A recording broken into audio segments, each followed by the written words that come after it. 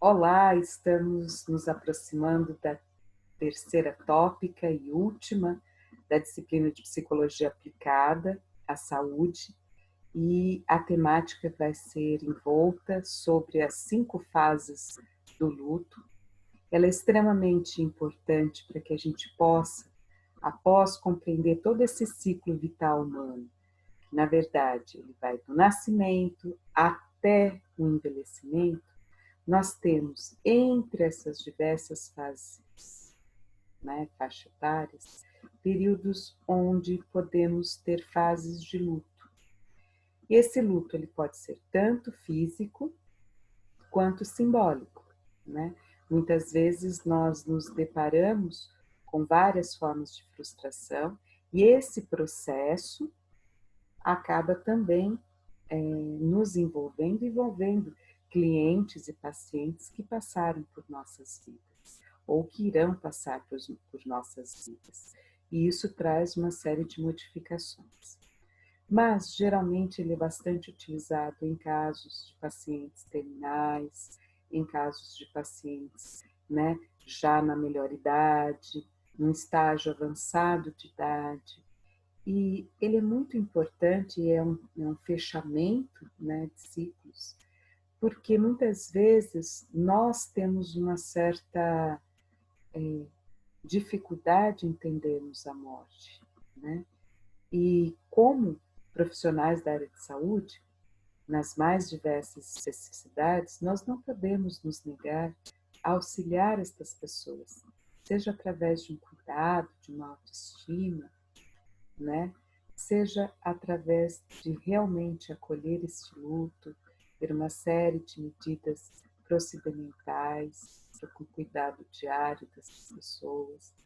Então, assim, nós precisamos estar próximos, acolhendo, escutando, entendendo essas fases que esse ser humano está passando para fazer a sua finalização, fazer o seu fechamento.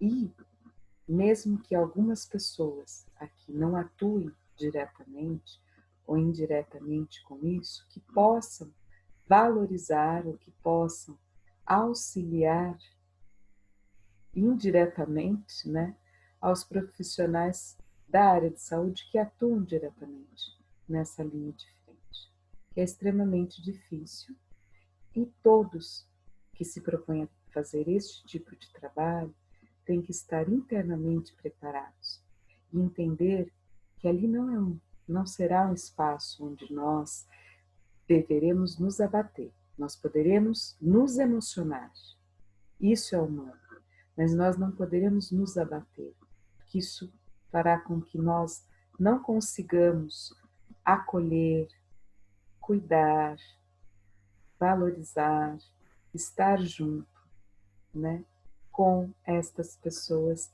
nessa fase final, com seus familiares nessa fase final.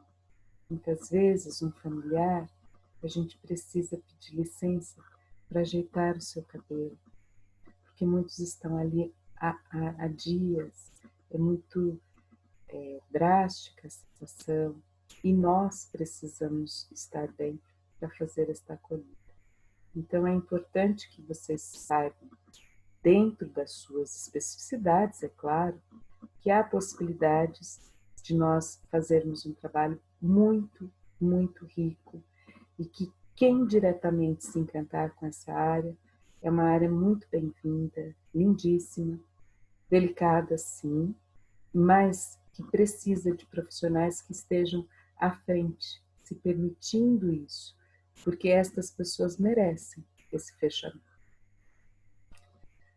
Como indicação, eu tenho aqui uma obra super interessante, eu não sei se dá para localizar, que é sobre a morte e morrer. São relatos muito ricos de vários anos de uma enfermeira, e ela vai compilando situações, casos clínicos, e ali é muito interessante porque ela vai registrando. E ela, inclusive, a princípio relutou muito, foi uma área que ela não queria e depois ela vai se encantando por essa área, né? E aí ela vai mostrando o quanto que era importante estar presente e o quanto que ela aprendeu com estas pessoas, né? Que estavam finalizando seus ciclos de vida, né? E que uma delas foi extremamente assim mentora para ela. Isso é muito bonito, muito interessante. É uma indicação, jamais eu exigiria, é uma indicação, então, caso vocês tenham interesse, fica como uma sugestão da Martins Fontes. Então, Elizabeth Kübler-Ross é a autora, e eu vou ler uma passagem para vocês que eu acho que vale bastante a pena, e depois eu vou pedir licença e vou compartilhar as fases do luto. Então diz assim: o silêncio vai além das palavras.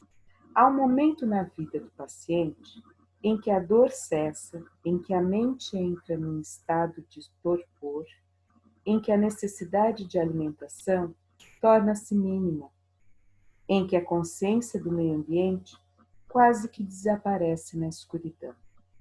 É o período em que os pacientes andam para lá e para cá nos corredores dos hospitais, atormentados pela expectativa, sem saber se podem sair para cuidar da vida ou se devem ficar por ali esperando o instante da morte. É o momento em que é tarde demais para palavras, em que os parentes gritam mais alto por socorro, com ou sem palavras. É tarde demais para intervenções médicas, que são duras demais quando acontecem, apesar da boa intenção.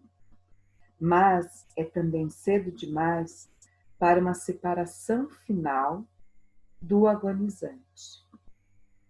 É o momento mais difícil para um parente próximo, pois ele também deseja que tudo passe, que tudo termine, ou agarre-se desesperadamente a alguma coisa que está prestes a perder para sempre. É o momento da terapia do silêncio, para com o paciente e de disponibilidade para com os parentes. O médico, o psicólogo, a enfermeira, a assistente social ou o capelão podem ser de grande valia nesses momentos finais, se souberem entender os conflitos da família nesta hora e ajudar a escolher uma pessoa mais tranquila para ficar ao lado do agonizante, pessoa que se torna de fato o terapeuta do paciente. Os que se sentem abatidos demais podem receber assistência, sendo aliviados de sua culpa ou assegurados de que alguém ficará com aquela pessoa até o desenlace. Podem, então, voltar para casa, sabendo que o paciente não morrerá sozinho, sem se sentirem culpados ou envergonhados por se terem equivocado deste momento, para muitos tão difícil de enfrentar. Aqueles que tiverem a força e o amor para ficar ao lado de um paciente assim, com o silêncio que vai além das palavras, saberão que tal momento não é assustador nem doloroso, mas um cessar em paz do funcionamento do corpo. Observar a morte em paz de um ser humano faz-nos lembrar de uma estrela cadente. É uma entre milhões de luzes do céu imenso que cintila ainda por um breve momento para desaparecer para sempre na noite sem fim. Ser terapeuta de uma paciente agonizante é nos conscientizar da singularidade de cada indivíduo nesse oceano imenso da humanidade. É uma tomada de consciência de nossa finitude, de nosso limitado período de vida. Poucos dentre nós vivem além dos 90 anos. Ainda assim, nesse curto espaço de tempo, muitos dentre nós criam e vivem uma biografia única e nós mesmos tecemos a trama da nossa história humana. Espero que vocês tenham entendido que é importante também se abordar este aspecto. Quando falamos em saúde, não tem como não abordar a questão da doença. Quando falamos em vida, não tem como não abordar, né, ciclo vital, não tem como abordar o momento de finitude. Então, independente das nossas áreas de atuação em saúde, sendo diretamente com esses casos ou indiretamente, né, tendo passado a conhecer algumas dessas pessoas, ter acompanhado algumas dessas pessoas em momentos em que elas melhoram, tem uma remissão de sintomas e que muitos aqui podem fazer conforme a orientação médica um procedimento estético, todos nós precisamos conhecer este processo, né? Esse processo de finitude e algumas reações que essas pessoas têm nesse período e que faz com que a gente esteja ao lado delas para que elas possam superar essas fases e se encaminharem para o seu momento final. Então, convido vocês a verem essas 5 fases do luto e aprenderem que elas se direcionam para a finitude realmente, mas também se direcionam para todo final simbólico. Por exemplo, o fim de um relacionamento, por exemplo, a escolha por uma cirurgia bariátrica onde há uma finitude de um corpo e o renascer ou o nascer de um novo corpo. Então, todos esses processos que envolvem lutos simbólicos passam por essas fases, né? Aqui está muito mais atrelada a esses tipos de pacientes, mas a gente pode entender plenamente como funciona quando acontece, por exemplo, alguns processos de separação entre casais, né? Então, vamos a eles.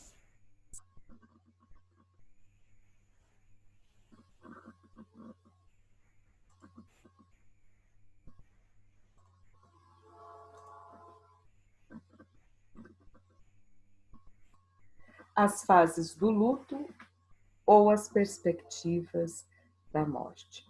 Então, quando há um processo de separação ou quando efetivamente um paciente recebe uma notícia e ele mesmo percebe que o seu estado está bastante comprometido, o primeiro processo é de negação, né? Não tem como, é algo defensivo, uma defesa do ego, que a gente chama, não tem como ele não se negar àquela situação que diz do seu fim. Então, é insuportável, naquele primeiro momento, lidar com esta situação. Isso é um choque, é algo muito intenso. Então, a gente chama, né, a primeira fase de negação. Ela é realmente uma defesa psíquica, como eu falei, do ego, né, do nosso eu, que faz com que o indivíduo acabe negando o problema e tente encontrar um jeito, né, de não ter um contato direto com esta morte ou compartilhar isso com alguém, né? Então fica muito para si. Como ressaltado aqui, a pessoa dificilmente vai falar sobre esse assunto, vai comunicar o que está acontecendo com ela. Então ela vai negar para si e muito menos vai negar, é claro, para os demais, para os outros que estão próximos a ela. Passando dessa fase, né, da negação, que ela precisa passar por isso, nós temos uma segunda fase chamada de raiva. Então, a partir daquele resultado, a partir daquela constatação, a partir daquele momento onde se vê que terminou aquele relacionamento, né, ou recebi um comunicado de uma metástase avançada, então algo muito decisivo, eu passo da negação para a fase 2, que é a raiva. E aí eu começo a me sentir como injustiçada, começo a me vitimizar, começo a ficar com bastante raiva de todos à minha volta, raiva da minha condição, raiva do porquê que aconteceu aquilo justamente comigo. Então, há aqui uma não aceitação também. Igual na negação, a raiva, essa externalização emocional, né? Essa catarse acompanhada por algo extremamente hostil, que é a raiva, ela acontece por quê? Porque há uma não aceitação daquele resultado, há uma não aceitação daquela finalização, ok? E aí a gente vai se encaminhando dentro dessas fases do luto da separação para a terceira fase, que a gente chama de fase da barganha, né? Então essa fase, né, passado a negação, passado a raiva, ela ainda é uma não aceitação, mas ela é mais sutil, né? Ela é um pouquinho mais elaborada que as demais fases. Então, eu começo a tentar negociar, mais ou menos fazendo promessas, ou então dizendo que se eu me comprometer a cuidar da minha saúde, a fazer tal tipo de dieta, a fazer tal tipo de acompanhamento físico, a fazer tais procedimentos, a fazer tais e tais, né, adequações nutricionais, pronto, eu vou sair dessa. E, paralelamente, eu faço promessas, né, dentro, cada um com os seus dogmas, tentando fazer essa certa barganha, né, que a gente chama.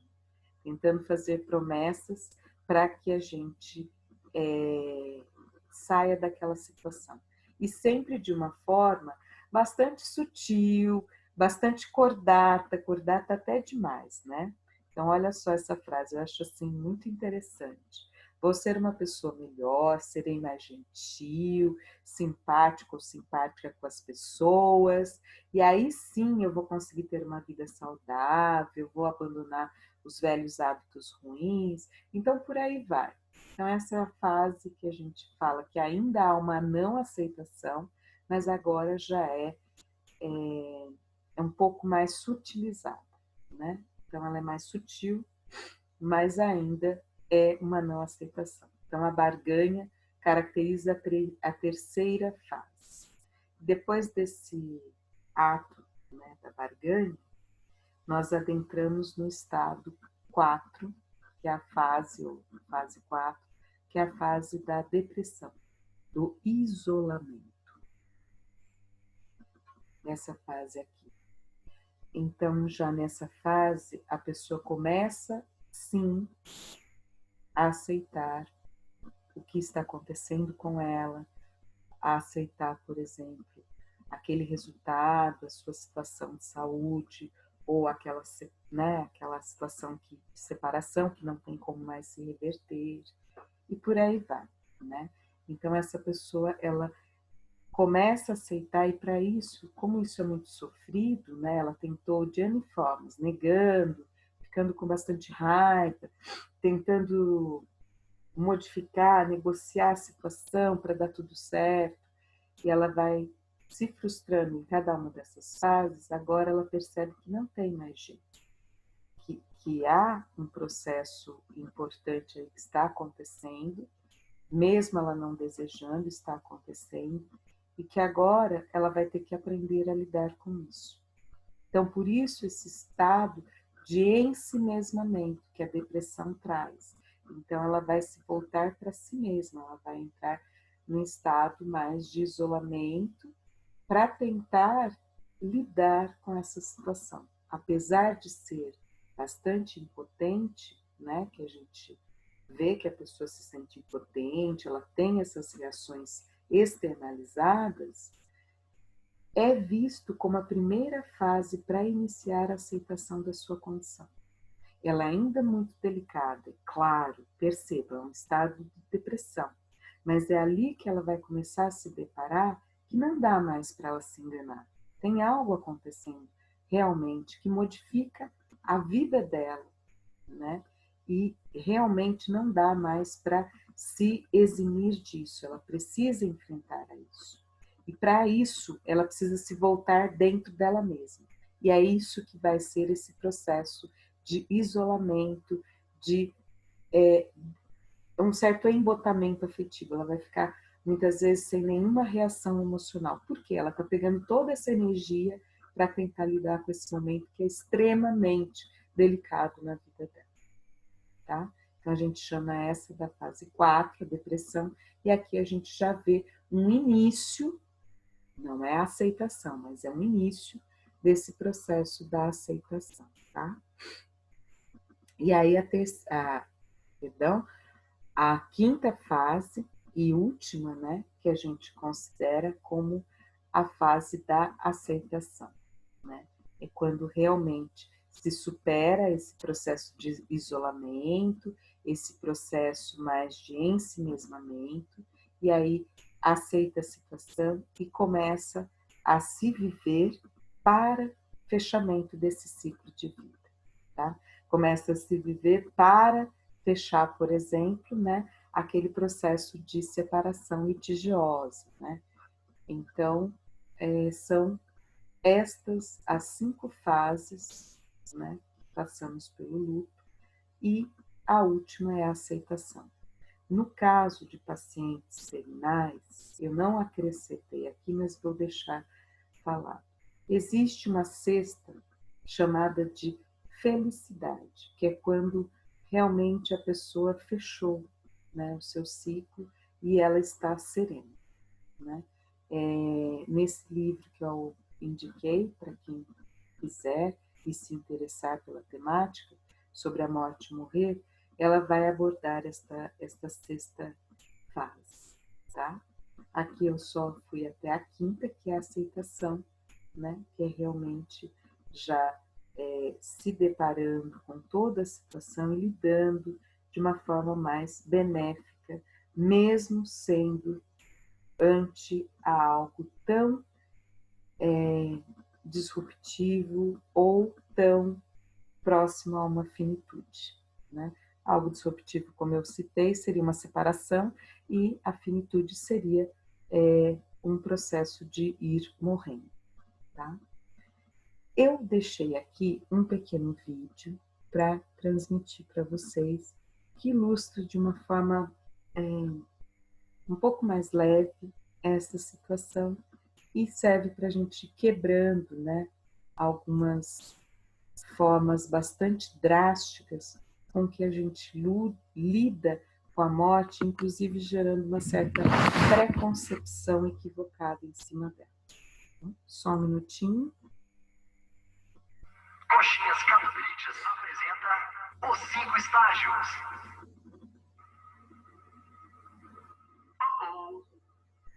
Estágio 1, negação. Tá, grande coisa. Provavelmente nem areia movediça é. Vou dar boas risadas com a galera quando lembrar disso hoje à noite. Estágio 2, a fúria. Ah, perfeito, caralho. Areia movediça estúpida, floresta estúpida. Quero morder a cara de alguém. Filha da puta, filha da puta, filha da puta. Cara. Essa floresta estúpida. Caralho. Estágio 3, vai ganhando. Você sair, Deus, sou eu, girafa. Escuta, se você me der uma nova chance fora dessa areia movediça e tal, eu prometo, não mijarei mais em cima de suas pequenas criaturas. E aí, temos um acordo? Estágio 4, depressão.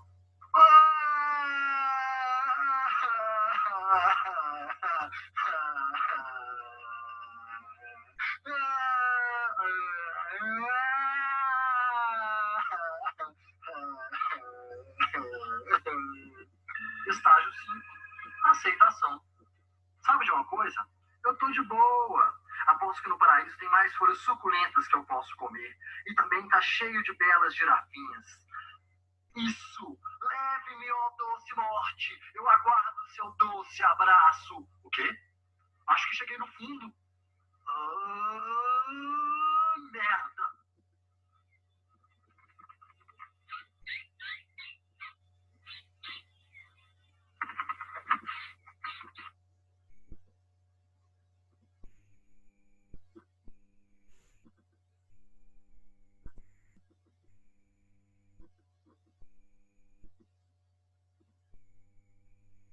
aqui nós temos a conclusão. É importante esclarecer que não existe uma sequência dos estágios de luto, então, assim, geralmente a ordem colocada é esta: negação, a raiva, a barganha, a depressão e a aceitação. Mas, às vezes, pode ter uma inversão de uma dessas, né? Todo ser humano é um ser múltiplo e as suas reações nunca são iguais uns dos outros, ok?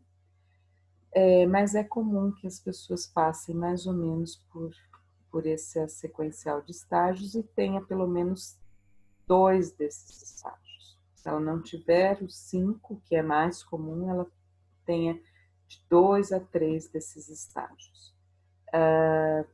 E não necessariamente as pessoas conseguem passar por esse processo completo, algumas ficam estagnadas, né?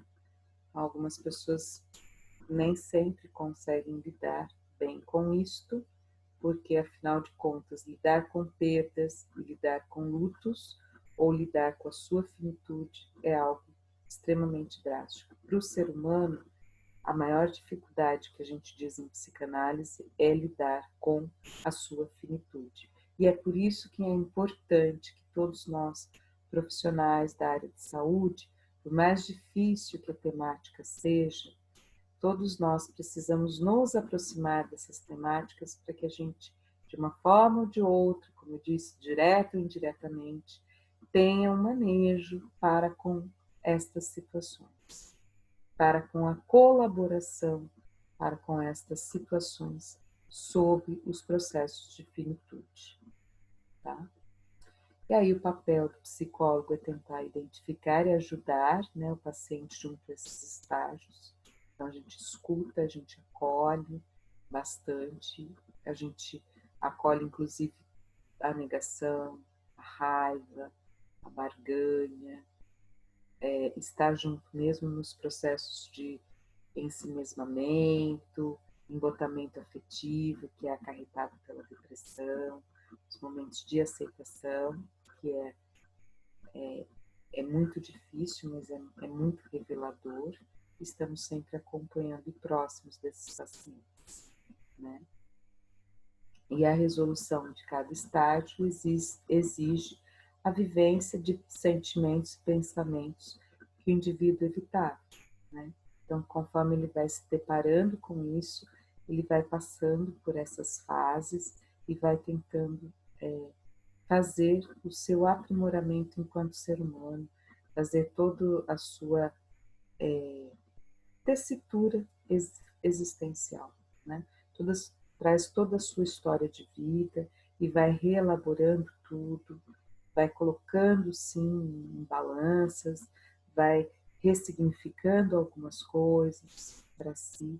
E isso é importante, é primordial para essas pessoas e é primordial para todos nós, né? Podermos reavaliarmos nossas vidas, ressignificarmos coisas que nos faziam mal e que podem agora, né, com o processo de resiliência, se transformar em algo benéfico, algo que nos ajude. Todos nós devemos passar por essa trajetória de buscarmos nosso engrandecimento interpessoal, né? E mais do que nunca, a pessoa que está passando pela fase do luto ou pelo processo da finitude. E a tarefa do enfermeiro é permitir que o paciente vivencie esse luto, sem sombra de dúvida, e do esteticista auxiliar com a autoestima e autocuidado desse paciente, para que mesmo nessa situação de finitude ou de uma separação, onde há uma perca do autocuidado, que se possa resgatar isso e do enfermeiro que permita com que esse paciente vivencie esse luto, essas fases. Não adianta pedir calma quando ele está nervoso exatamente porque está tentando elaborar aquilo que para ele é muito difícil. E lidar com isso não é fácil para ninguém. É desestabilizador. E nós não podemos jamais nos colocar no lugar do outro. Podemos ser empáticos a esse outro, mas respeitar o seu sofrimento, respeitar as suas situações. E depois, sim, vir para auxiliar nesse processo. Então, eu quero deixar aqui os meus agradecimentos, né, a todos que participaram dessa disciplina, dizer que foi uma grande satisfação, e isso se deve por eu contemplar alguns temas bastante gerais da psicologia para com a área da saúde. Era esta a temática, não era específica para nenhum dos cursos, mas era tentar dialogar, né? Fazer esse diálogo da psicologia com a área da saúde, tentando contemplar alguns desses nortes, que foram, né, inicialmente essa parte introdutória da psicologia, para entender enquanto ela se forma ciência, a psicologia científica, depois o ciclo vital de desenvolvimento, com enfoque na adolescência, na fase adulta e no envelhecimento, ali tendo como alguns destaques, inclusive algumas formações das relações entre, né, o processo de intimidade, né, intimidade sendo reconhecida como eu conseguir compartilhar com o outro, ter uma maturidade emocional para realmente compartilhar com o outro, diferente de um estado de isolamento, onde eu simplesmente tenho relações superficiais, mas nunca me permito essa maturidade emocional, que é próprio da fase do adulto, né?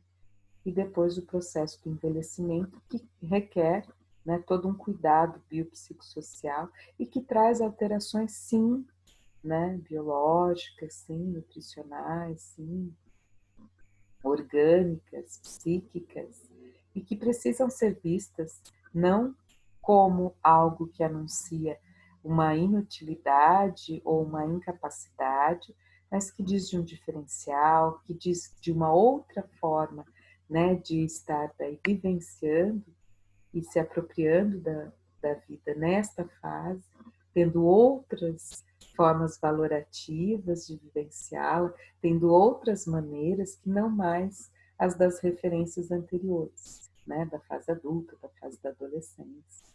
Então, isso é muito gratificante, poder compartilhar essa segunda tópica com vocês, e agora essa terceira, dizendo das fases do luto, esse luto que pode ser simbólico, que a gente pode se deparar com pessoas sofrendo bastante esses processos, e esse luto realmente quando é um caso de finitude, né?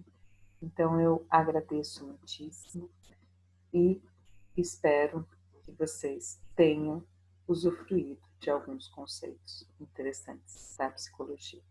Ao ser feito isso, eu fico extremamente grata e saibam que ao saber desses conceitos, vocês se tornam parceiros, né? Colaboradores nesse processo. E é isso, essa é a grande riqueza na área da saúde, que nós possamos ter essa interface, essa interdisciplinariedade, para que todos juntos possamos pensar a vida, pensar esses processos de finitude. Então, sucesso a todos em suas formações.